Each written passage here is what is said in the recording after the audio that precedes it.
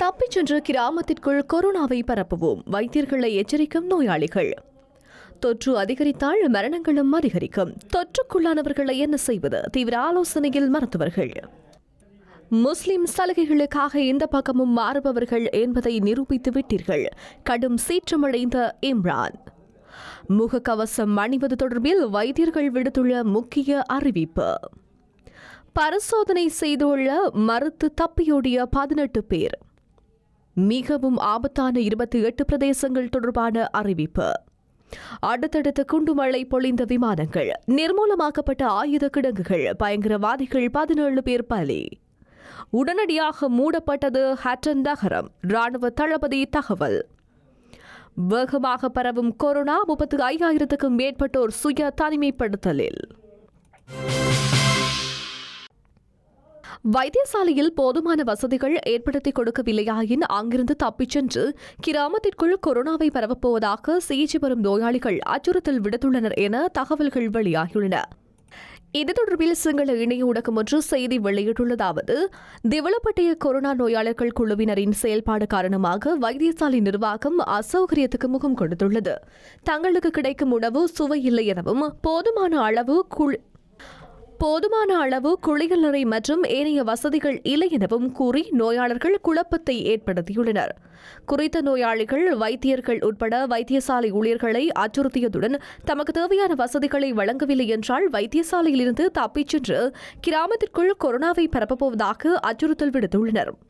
தற்போது கொரோனா சிகிச்சை நிலையமாக மாற்றப்பட்டுள்ள திவிலப்பட்டிய வைத்தியசாலையில் 102 பேர் சிகிச்சை பெற்று வருகின்றனர். இந்த குழுவினருக்கு டாக்யார்ட் நிறுவனத்தின் பணியாற்றிய நிலையில் கொரோனா தொற்றுக்குள்ளான 15 பேரை இவ்வாறு வைத்தியசாலை ஊழியர்களுக்கு அச்சுறுத்தல் விடுத்துள்ளனர். இந்த நபர்களுக்காக டாக்யார்ட் நிறுவனம் உலர் உணவுகளை வைத்தியசாலைக்கு வழங்குவதாக வைத்தியசாலை தகவல் வட்டாரங்கள் தெரிவிக்கின்றன.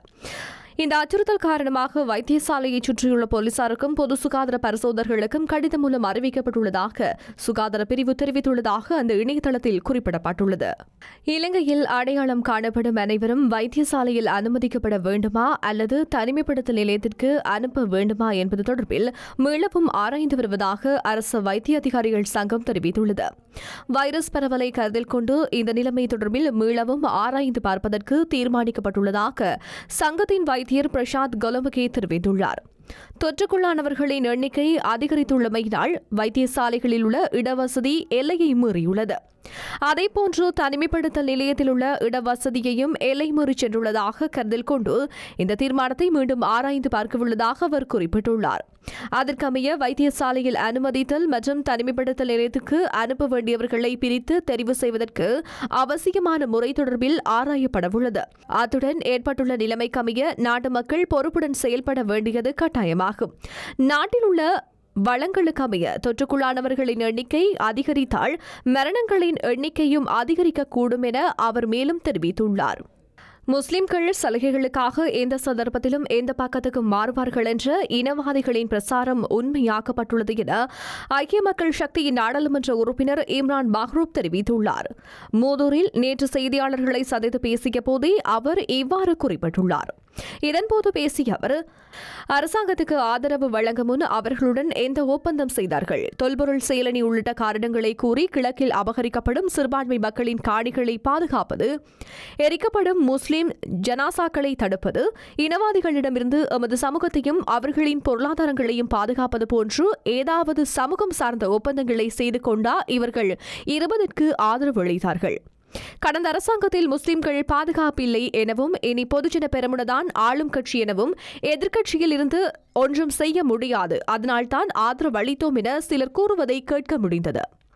கடந்த அரசாங்கத்தில் முஸ்லிம்களுக்கு பாதுகாப்பில்லை என்ற விடயம் இவர்களுக்கு இப்போதுதான் விளங்கியதா?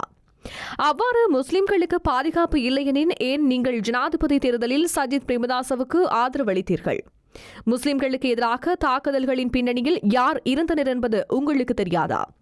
பொதுஜன பெரமுனதான் ஆளும் கட்சி என தெரிந்தும் நாடாளுமன்ற தேர்தலில் ஏன் ஐக்கிய மக்கள் சக்தியில் போட்டியிட்டீர்கள்? பொதுஜன பெரமுனவிலே போட்டியிட்டிருக்கலாமே.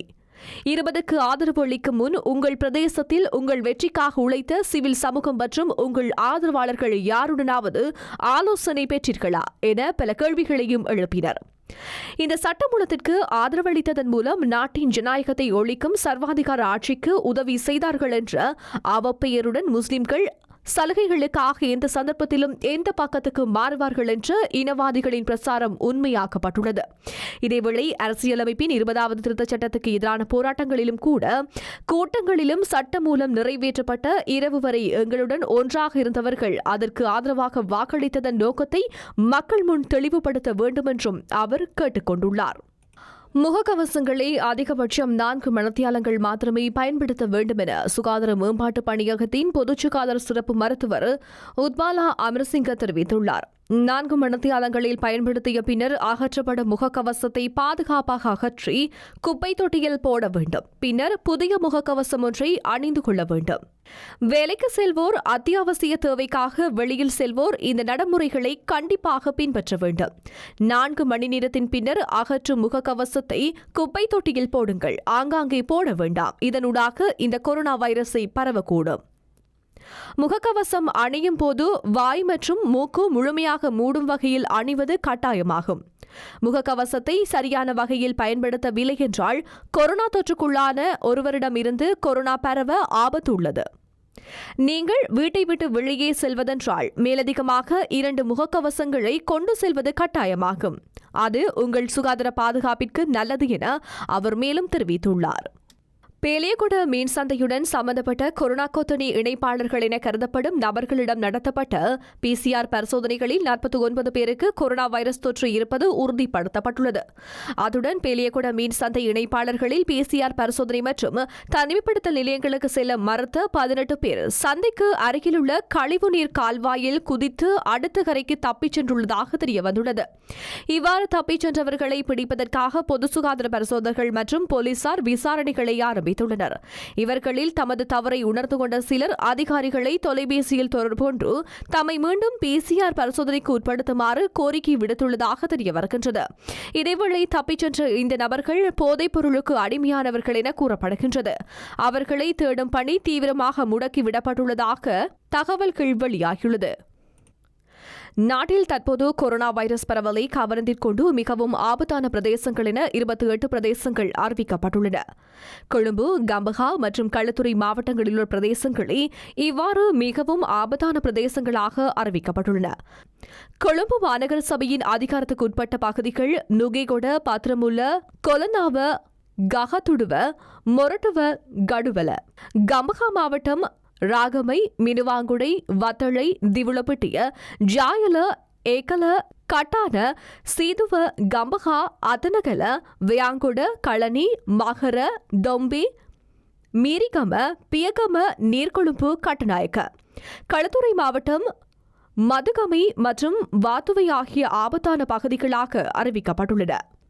ஆப்கானிஸ்தானில் 19 ஆண்டுகளாக நீடிக்கும் உள்நாட்டு போரை முடிவுக்கு கொண்டு வருவதற்காக அந்த நாட்டு அரசுக்கும் தாலிபான் பயங்கரவாத அமைப்புக்கும் இடையே கட்டார் தலைநகர் டோஹாவில் அமைதி பேச்சுவார்த்தை நடந்து வருகின்றது. இந்த பேச்சுவார்த்தையில் குறிப்பிடத்தக்க முன்னேற்றம் எதுவும் இதுவரை ஏற்படாத நிலையில் ஆப்கானிஸ்தானில் பயங்கரவாத தாக்குதல்கள் தொடர்ந்து வருகின்றன. ராணுவ வீரர்களையும் போலீசாரையும் குறிவைத்து தாலிபான் பயங்கரவாதிகள் தொடர் தாக்குதல்களை நடத்தி வருகின்றனர்.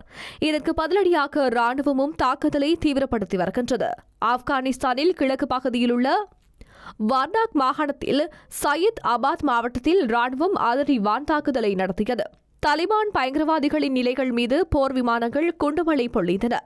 இதில் தாலிபான் பயங்கரவாதிகள் 17 பேர் கொன்று குவிக்கப்பட்டனர். மேலும் பல பயங்கரவாதிகள் படுகாயமடைந்தனர். அது மட்டுமன்றி பயங்கரவாதிகளின் ஆயுத கிடங்குகள் மற்றும் பதுங்கு குழிகள் உள்ளிட்டவை நிர்மூலமாக்கப்பட்டன. உடனடியாக அமுலுக்கு வரும் வகையில் ஹட்டன் நகரம் தனிமைப்படுத்தப்பட்ட பிரதேசமாக அறிவிக்கப்பட்டுள்ளது. கோவிட்-19 நோய் தொற்று பரவுவதை தடுக்கும் நோக்கில் இந்த உத்தரவு பிறப்பிக்கப்பட்டுள்ளது. இதன்படி நகரிற்குள் பிரவேசிப்பது, வெளியேறுதல் என்பன வரையறுக்கப்பட்டுள்ளன.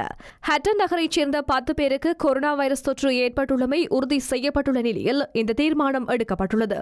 உடனடியாக அமுலுக்கு வரும் வகையில் ஹட்டன் நகரம் தனிமைப்படுத்தப்பட்ட பிரதேசமாக அறிவிக்கப்படுவதாக ராணுவ தளபதி லெப்டினன்ட் ஜெனரல் சவேந்திர சில்வா தெரிவித்துள்ளார். இலங்கையில் கொரோனா வைரஸ் தொற்று பரவல் வேகமாக அதிகரித்து வருகின்றது. இந்நிலையில் கொரோனா வைரஸ் தொற்று ஏற்பட்டிருக்கலாம் என்ற சந்தேகத்தின் பேரில் இதுவரை சுமார் 35,000க்கும் மேற்பட்டோர் சுய தனிமைப்படுத்தலுக்கு உட்படுத்தப்பட்டுள்ளனர். போலீஸ் ஊடக பேச்சாளர் பிரதி போலீஸ் மா அதிபர் அஜித் ரோஹன தனியார் தொலைக்காட்சி ஒன்றுக்கு இன்று செவ்வாய்க்கிழமை வழங்கிய நேர்காணலிலே இந்த விடயத்தினை தெரிவித்துள்ளார். மேலும் கடந்த மார்ச் மாதம் 18ஆம் தேதி முதல் இன்று வரையில் சுமார் 1,85,000 பேர் வரையில் தனிமைப்படுத்தலுக்கு உட்படுத்தப்பட்டுள்ளதாக அவர் குறிப்பிட்டுள்ளார். இதேவேளை தனிமைப்படுத்தல் விதிமுறைகளை மீறி செயல்படும் பொதுமக்களுக்கு எதிராக கடுமையான சட்ட நடவடிக்கை எடுக்கப்படும் எனவும் பிரதி போலீஸ் மா அதிபர் அஜித் ரோஹன எச்சரிக்கை விடுத்துள்ளார்.